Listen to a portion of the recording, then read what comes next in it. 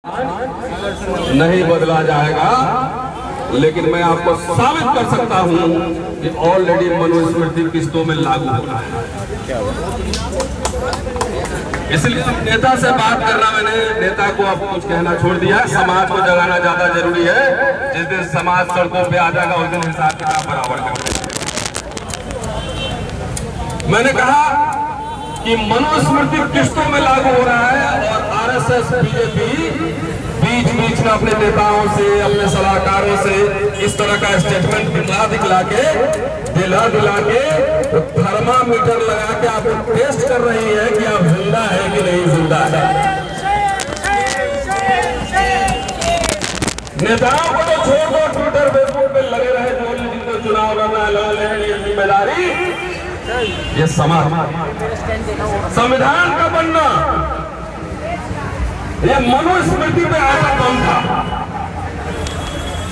संविधान का बनना मनुस्मृति पर आइटम बम था। और इसीलिए आज जो हुकूमत में है, वो उस समय भी कहा था कि ये संविधान में भारतीयता नहीं झलकती है, हम इस संविधान को नहीं मानते हैं, मनुस्मृति संविधान माना और नहीं लागू है। भाई दिल्ली के दिल में बैठे हुए, दिल्ली विश्वविद्यालय भारत का सबसे एलीट इलाका, यहाँ से प्रधानमंत्री जी का ऑफिस और घर महज 10 से 12 किलोमीटर दूर, 10 से 12 किलोमीटर। मेरे ऊपर एक एफआईआर ऐसे ही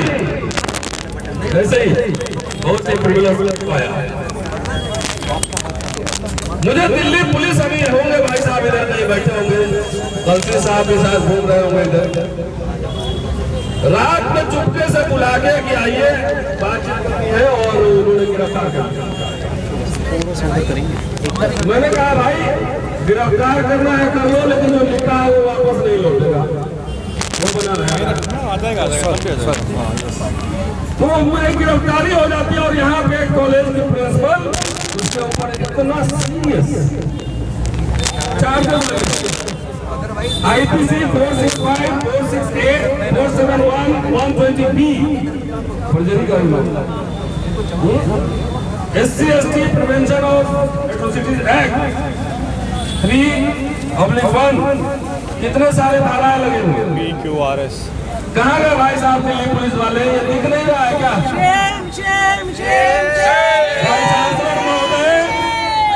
भाई चांसलर महोदय, मेरे ऊपर एफआईआर हुआ है, तो आप कह रहे हैं कि आपका प्रमोशन इसलिए नहीं हो सकता, आपके 3 प्रोफेसर के बराबर मेरे पास एकेडमिक पॉइंट, 3 प्रोफेसर से ज्यादा। तो हमारे कॉलेज के बारे में बताऊंगा, मनुस्मृति कैसे लागू है वो बताऊंगा। भाई चांसलर इन पे कोई एक्शन नहीं ले रहा, इस प्रिंसिपल पे जिसमें इतना सीरियस है, और मेरे ऊपर भावना है, आपको नहीं बताऊंगा अभी, जरा मुकदमा निपटने तो उसके बाद मैं बताऊंगा ना, उसके बाद हम ही करेंगे ना मुकदमा फिर कि आपकी वजह से मुझे लंदन जाने के लिए रोक दिया सरकार, प्रिंसिपल, दिल्ली पुलिस सब लेक्चर देने के एकेडमिक काम के।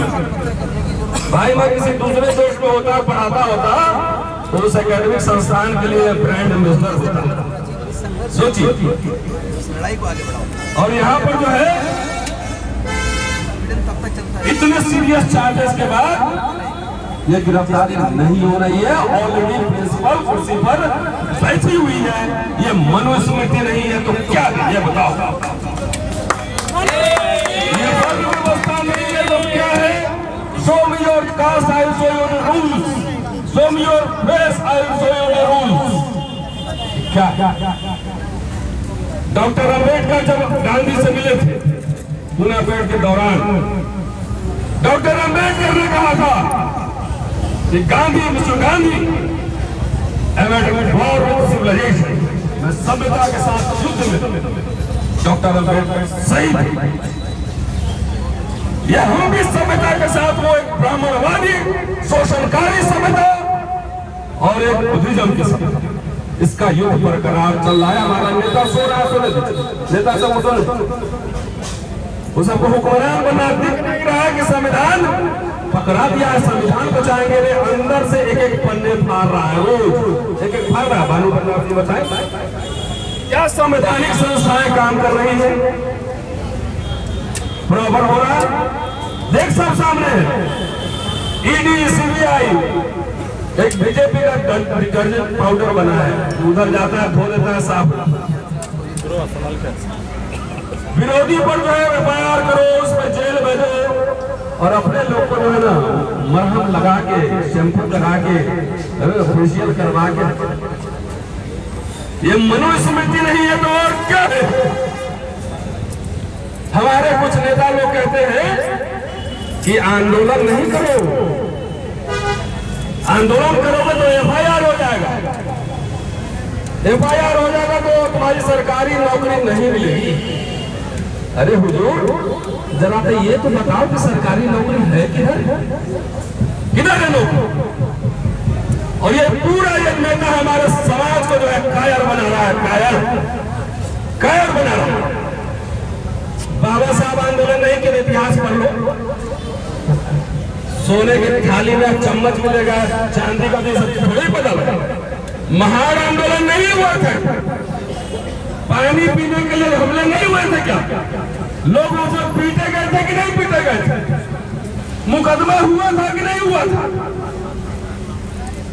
पढ़ लो अम्बेडकर। कालाराम टेम्पल आंदोलन हुआ था कि नहीं हुआ था?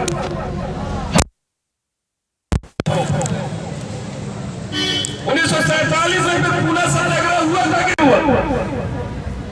लखनऊ में सत्याग्रह रही सब जेल भेजे गए थे, दलित लोग जेल भेजे गए थे।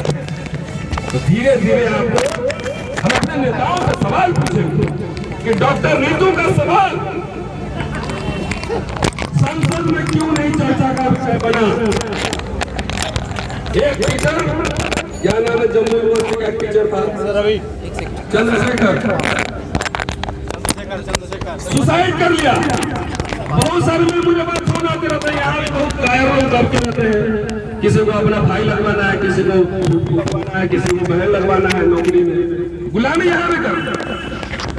लेकिन मिशन जो है आंदोलन कुछ बहादुर लोग चला सकते हैं, कायर लोग नहीं चला सकते।